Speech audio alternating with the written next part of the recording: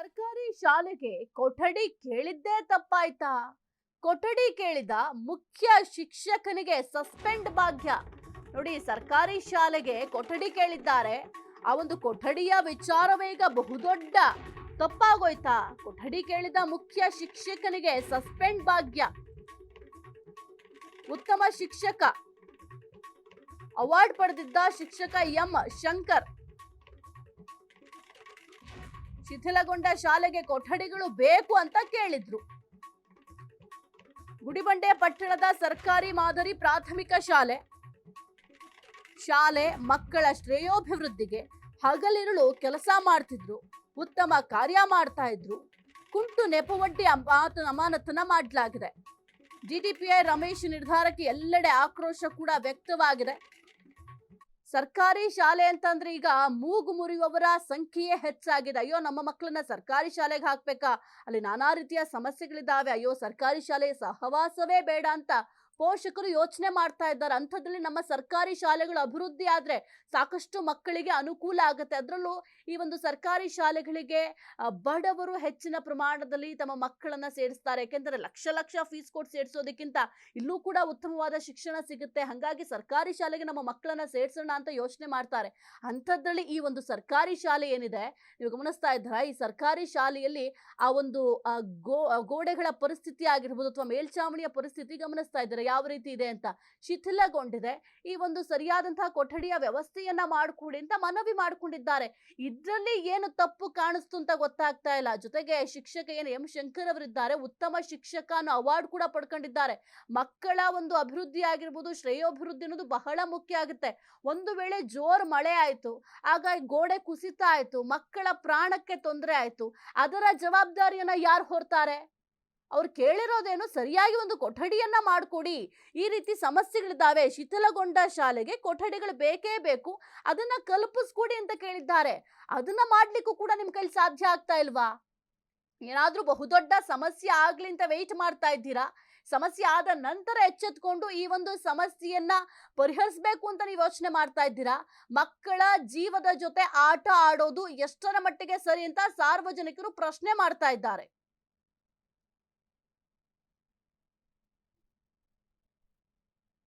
ಆಗ್ತಾ ಇದೆ. ಹಿಂದೆ ಕಡಿಮೆ ವಿದ್ಯಾರ್ಥಿಗಳಿದ್ರು ಕೂಡ ಈಗ ಬಹಳಷ್ಟು ವಿದ್ಯಾರ್ಥಿಗಳಾಗಿವೆ.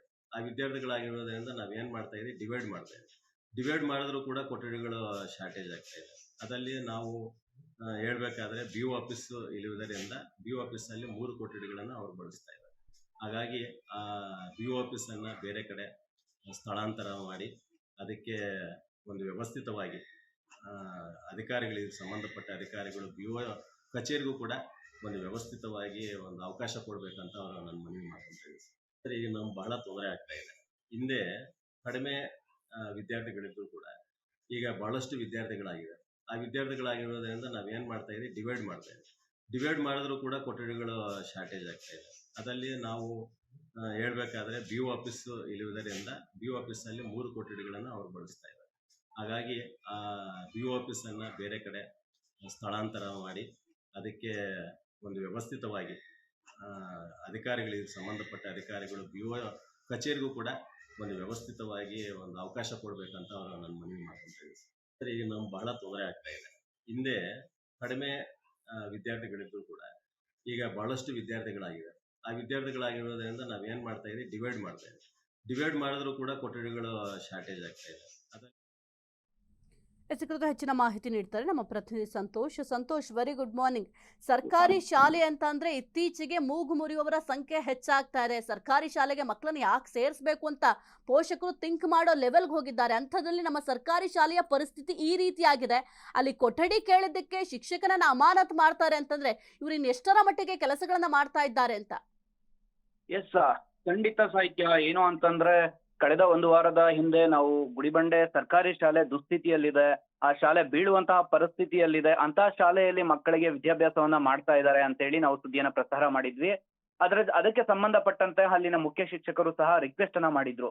ನಮ್ಮ ಶಾಲೆ ಸಂಪೂರ್ಣ ಹಾಳಾಗೋಗಿದೆ, ಮಳೆ ಬಂತು ಅಂದ್ರೆ ನೀರೆಲ್ಲ ಒಳಗಡೆ ಇರುತ್ತೆ, ಹಾಗಾಗಿ ಇದನ್ನ ದುರಸ್ತಿಪಡಿಸುವಂತಹ ಕೆಲಸವನ್ನ ಮಾಡಿ ಅಂತೇಳಿ ಮೀಡಿಯಾಗಳ ಮುಂದೆ ಮನವಿಯನ್ನ ಮಾಡಿದ್ರು. ಜೊತೆಗೆ ಸ್ಥಳೀಯ ಶಾಸಕರಿಗಿರ್ಬೋದು, ಅಥವಾ DC ಅವರಿಗಿರ್ಬೋದು, BEO ಅವರಿಗೆ, CDPI ಅವರಿಗೆ ಎಲ್ಲರಿಗೂ ಸಹ ಮನವಿಯನ್ನ ಮಾಡಿದ್ರು. ಇದನ್ನೇ ಒಂದು ಕಾರಣವಾಗಿಟ್ಟುಕೊಂಡು ನಮ್ಮ ಹತ್ರ ಪರ್ಮಿಷನ್ ತಗೊಳ್ದಲ್ಲೇ ನೀವು ಯಾವ ರೀತಿ ನೀವು ಅವರಿಗೆ ಹೇಳಿಕೆಯನ್ನ ಕೊಟ್ರಿ ಅಂತೇಳಿ ಅವರನ್ನೇ ಸಸ್ಪೆಂಡ್ ಮಾಡಿದ್ದಾರೆ. ಅಂದ್ರೆ ಇದು ಮಕ್ಕಳಿಗೋಸ್ಕರ ನ್ಯಾಯವನ್ನ ಕೇಳಿದ್ದಕ್ಕೆ ಇವರು ಅವರನ್ನ ಸಸ್ಪೆಂಡ್ ಮಾಡಿದ್ದಾರೆ ಅಂತಂದ್ರೆ ಇದಕ್ಕೆ ಏನ್ ಹೇಳ್ಬೇಕು ಅನ್ನೋದು ಅರ್ಥ ಆಗ್ತಿಲ್ಲ ಸಾಹಿತ್ಯ. ಓಕೆ, ಥ್ಯಾಂಕ್ ಯು ಸಂತೋಷ್ ನಿಮ್ಮೆಲ್ಲ ಮಾಹಿತಿಗಾಗಿ.